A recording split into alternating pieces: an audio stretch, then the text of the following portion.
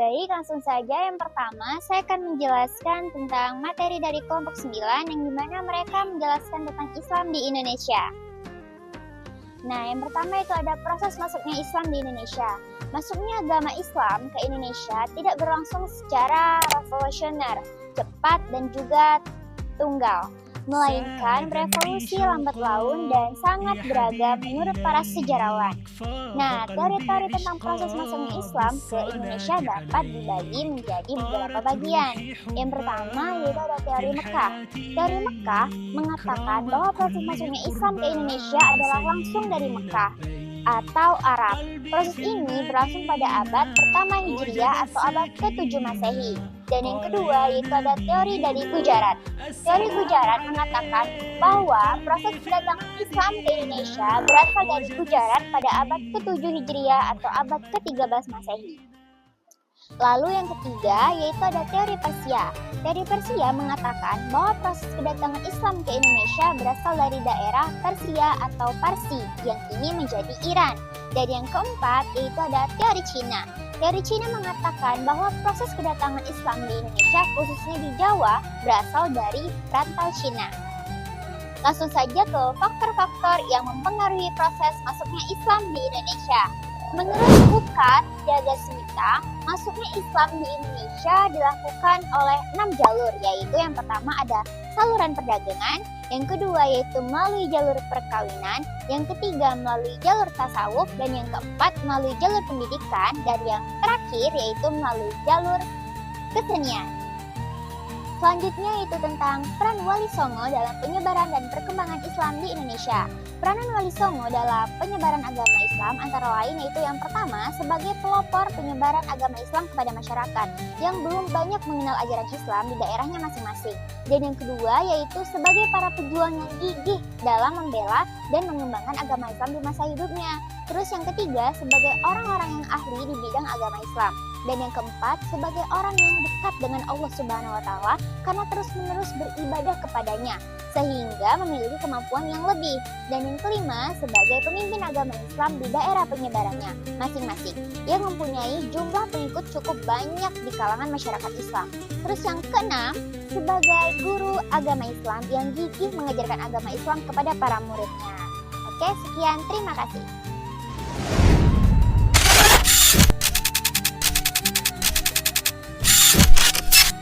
Baik, selanjutnya saya akan menjelaskan tentang materi dari kelompok 10 yang dimana mereka menjelaskan tentang Islam di masa penjajahan. Yang pertama yaitu ada dinamika perkembangan Islam di Indonesia selama masa penjajahan. Perkembangan Islam di Indonesia selama masa penjajahan memperlihatkan dinamika yang sangat kompleks. Islam tidak hanya dipahami sebagai agama yang mengatur hubungan manusia dengan Tuhan saja, tetapi juga hadir sebagai kekuatan sosial, politik, dan budaya yang membentuk identitas masyarakat. Nah, sejak kedatangan bangsa Eropa mulai dari Portugis, Belanda, hingga Jepang, umat Islam di Indonesia menghadapi tantangan yang sangat besar.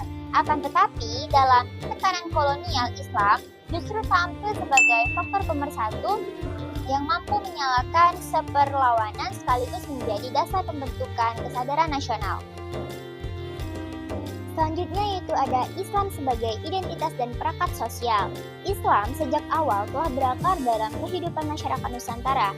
Ia hadir bukan hanya dalam praktek ritual seperti sholat, puasa, dan juga haji, tetapi melainkan juga dalam tata nilai sosial, budaya, dan politik.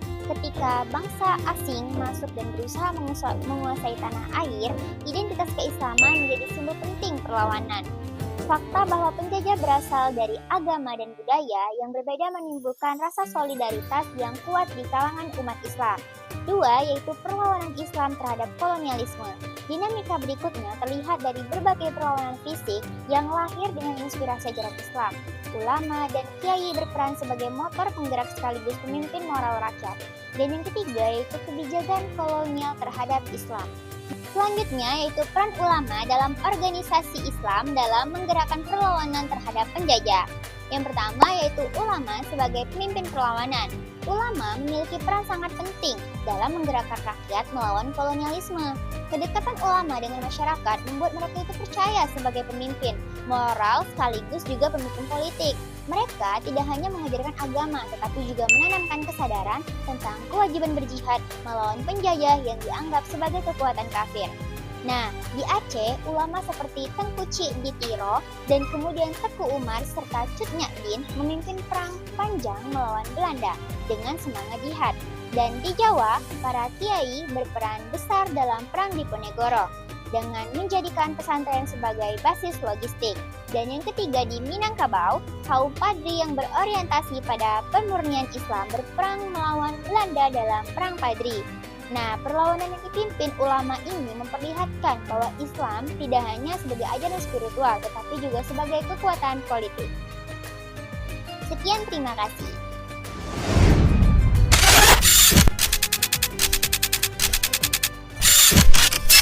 Selanjutnya, saya akan menjelaskan tentang materi dari kelompok 11, yang dimana mereka menjelaskan tentang peran Islam dalam pembangunan nasional.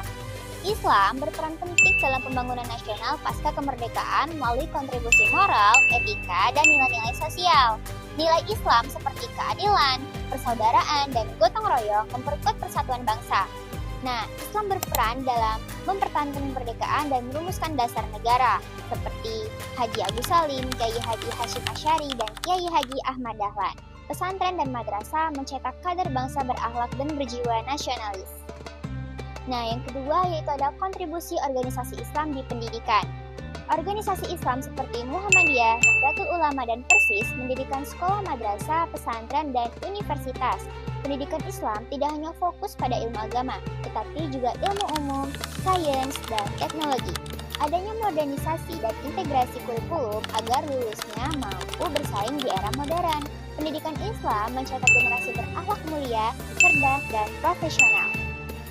Yang C yaitu kontribusi organisasi Islam di bidang sosial. Organisasi Islam mendirikan rumah sakit, panti asuhan, lembaga zakat, dan juga koperasi umat melalui Nahdlatul Ulama, Muhammadiyah, Dompet Du'afa, dan Lazisnu. Itu umat diberdayakan secara ekonomi dan sosial. Dakwah dikembangkan tidak hanya spiritual tetapi juga sosial, pelatihan keterampilan, ekonomi umat, dan kesehatan. Ormas Islam menjaga kerukunan antar umat beragama melalui dakwah moderat dan kerjasama lintas agama. Nah, yang D itu kontribusi organisasi di bidang politik. Sejak kemerdekaan, umat Islam aktif dalam politik melalui Masyumi, Nahdlatul Ulama, PPP, PKB, dan juga PAN dan PKS. Tokoh Islam memperjuangkan aspirasi umat dan nilai keadilan, moralitas, serta kesejahteraan rakyat. Islam memperkuat demokrasi dan menjaga keutuhan NKRI dengan prinsip musyawarah dan persaudaraan. Hubungan ormas, Islam, dan pemerintah bersifat dinamis, namun selalu memberi kontribusi positif bagi bangsa. Sekian, terima kasih.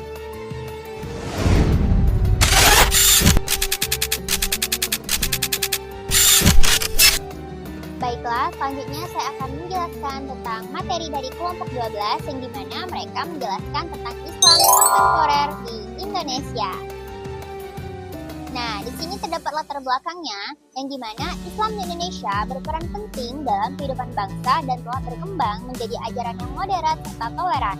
Namun, di era modern dan globalisasi, umat Islam menghadapi tantangan seperti radikalisme, pengaruh teknologi digital, dan benturan antara tradisi dan modernitas. Meski demikian, perubahan zaman juga membuka peluang bagi Islam untuk tampil lebih inklusif, adaptif, dan relevan dengan kemajuan ilmu pengetahuan serta demokrasi. Oleh karena itu, diperlukan pemahaman dari sikap bijak agar Islam tetap menjadi kekuatan pemersatu dan berkontribusi positif bagi peradaban modern.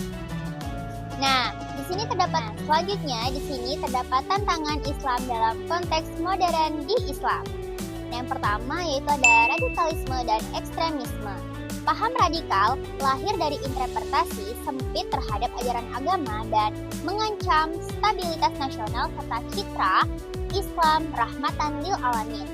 Dan sekularisasi dan pengaruh budaya barat ini sangat memisahkan agama dari kehidupan politik.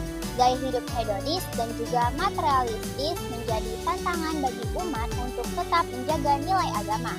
Lalu, yaitu fragmentasi internal umat Islam. Perbedaan ormas dan mazhab sering berkembang menjadi perpecahan yang melemahkan persatuan umat. Dan juga ada globalisasi dan media sosial. Media sosial menjadi sarana dakwah sekaligus tantangan karena munculnya hoaks, ujaran kebencian, dan propaganda radikal. Lalu yang terakhir yaitu kesenjangan ekonomi dan pendidikan.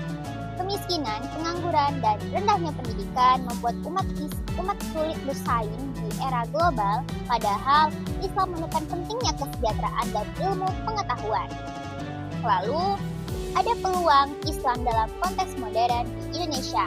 Demografi Muslim mayoritas, umat Islam di Indonesia lebih dari 200 juta jiwa menjadi kekuatan sosial dan politik umat, memperkuat peran Islam dan menjaga persatuan bangsa. Dan pemanfaatan teknologi informasi, teknologi digital membuka peluang dakwah, pendidikan, dan ekonomi. Pesan keislaman moderat dapat disebarkan luas terutama kepada generasi muda. Penguatan ekonomi syariah, perbankan syariah, zakat, wakaf, produktif, dan industri halal memperkuat ekonomi umat. Dan peran Islam moderat Indonesia dikenal sebagai toleran dan demokratis, menjadi peluang menampilkan wajah Islam di damai dan menjadi contoh bagi dunia. Dan yang terakhir, partisipasi sosial dan politik. Umat Islam memberi ruang dalam politik dan kebijakan publik, kesempatan memperjuangkan keadilan sosial dan memperkuat demokrasi nasional. Dan ada radikalisme dalam Islam. Ciri-cirinya yaitu mengklaim kebenaran tunggal dan menganggap kelompok lain ini sesat. Dan yang kedua yaitu menolak demokrasi Pancasila dan pluralitas. Dan yang ketiga menekankan penerapan syariat secara formal. Lalu ada faktor penyebab. Yang pertama yaitu teologis penafsiran ayat dan hadis secara tekstual tanpa konteks. Dan yang kedua sosial ekonomi, kemiskinan, pengangguran, dan kesenjangan sosial. Dan yang ketiga politik kekecewaan terhadap pemerintah dan elit politik. Lalu ada upaya penanggulangan. Yang pertama yaitu penguatan pendidikan Islam moderat di sekolah dan pesantren. Yang kedua yaitu dialog antar agama dan antar mazhab untuk toleransi. Dan yang terakhir yaitu literasi digital agar generasi muda tidak mudah terpapar paham radikal. Terus selanjutnya yaitu ada tentang modernisme dalam Islam. Ada dampak positif dan dampak negatif. Dampak positifnya yaitu reformasi pendidikan, lahirnya sekolah dan universitas Islam modern, dan kemajuan ekonomi umat, berkembangnya bank, koperasi, dan industri halal. Sedangkan dampak negatifnya yaitu sekularisasi, agama dipisahkan dari kehidupan publik, dan gaya hidup materialistis, modernisasi tanpa keseimbangan spiritual. Lalu yaitu ada peran media sosial dalam Islam. Yang pertama yaitu sebagai ruang dakwah, yaitu ada platform seperti YouTube, Instagram, TikTok, Facebook menjadi media dakwah modern. Ustadz dan dai digital memiliki jutaan pengikut. Dan peran positif di media sosial yaitu akses ilmu agama lebih mudah dan dakwah kreatif lewat konten visual.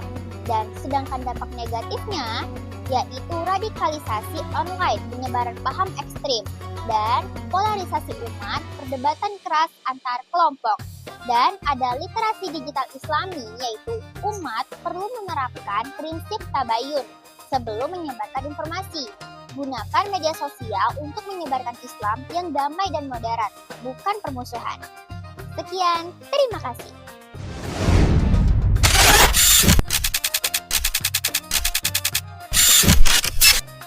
Selanjutnya, saya akan menjelaskan tentang materi pada kelompok 13, yang dimana mereka menjelaskan tentang kontribusi Islam terhadap peradaban dunia. Yang pertama yaitu ada studi sumbangan Islam terhadap ilmu pengetahuan. Ada yang namanya astronomi. Astronomi dalam peradaban Islam berkembang pesat karena kebutuhan religius seperti menentukan arah kiblat, waktu sholat, dan penanggalan hijriah. Terus yang kedua yaitu ada kedokteran. Umat Islam mendirikan Bimaristan, rumah sakit modern pertama dengan layanan gratis, apotik, dan pendidikan kedokteran. Dan yang ketiga yaitu matematika. Matematika Islam berkembang karena kebutuhan perdagangan, astronomi, dan hukum waris. Dan ada yang keempat yaitu filsafat dan ilmu sosial. Dalam filsafat, Al-Farabi mengembangkan konsep negara ideal. Ibnu Sina mengkaji metafisika, sedangkan Ibnu Rushd yaitu menafsirkan karya Aristoteles. Dan selanjutnya itu ada sumbangan Islam terhadap seni. Kaligrafi tulisan Arab indah digunakan sebagai penghormatan pada wahyu Allah. Geometri dan arabesque keduanya sering menghiasi masjid, istana, manuskrip, hingga benda-benda sehari-hari. Musik, meski terdapat perbedaan pandangan ulama, musik memainkan peran penting di dunia Islam, terutama di Andalusia, Persia, dan Turki. Sastra Islam berkembang dalam bentuk puisi dan prosa. Puisi Sufi karya Jalaluddin Rumi dan Hafiz memuat simbol cinta ilahi yang mendunia. Selanjutnya yaitu ada sumbangan Islam terhadap arsitektur. Arsitektur Islam mencerminkan perpaduan fungsi religius, sosial, teknologi, dan estetika. Masjid menjadi pusat ibadah sekaligus pusat pendidikan dan sosial. Contohnya seperti Masjid Cordoba, Masjid Biru di Istanbul, dan Masjid Isfahan yang menampilkan kubah besar, menara, serta dekorasi kaligrafi dan geometris. Selanjutnya ada dampak positif dan negatif dari globalisasi terhadap Islam dan kebudayaannya. Pertama yaitu ada positifnya dulu ya. Nah, penyebaran ilmu dan dakwah. Terus yang kedua, penguatan ukhuwah Islamnya. Dan yang ketiga, perkembangan ekonomi syariah. Yang keempat, pertukaran budaya positif. Nah, dampak negatifnya yaitu sekularisasi dan krisis identitas. Lalu erosi budaya lokal Islami, radikalisme dan polarisasi, dan komersialisasi agama. Dan sekian, terima kasih.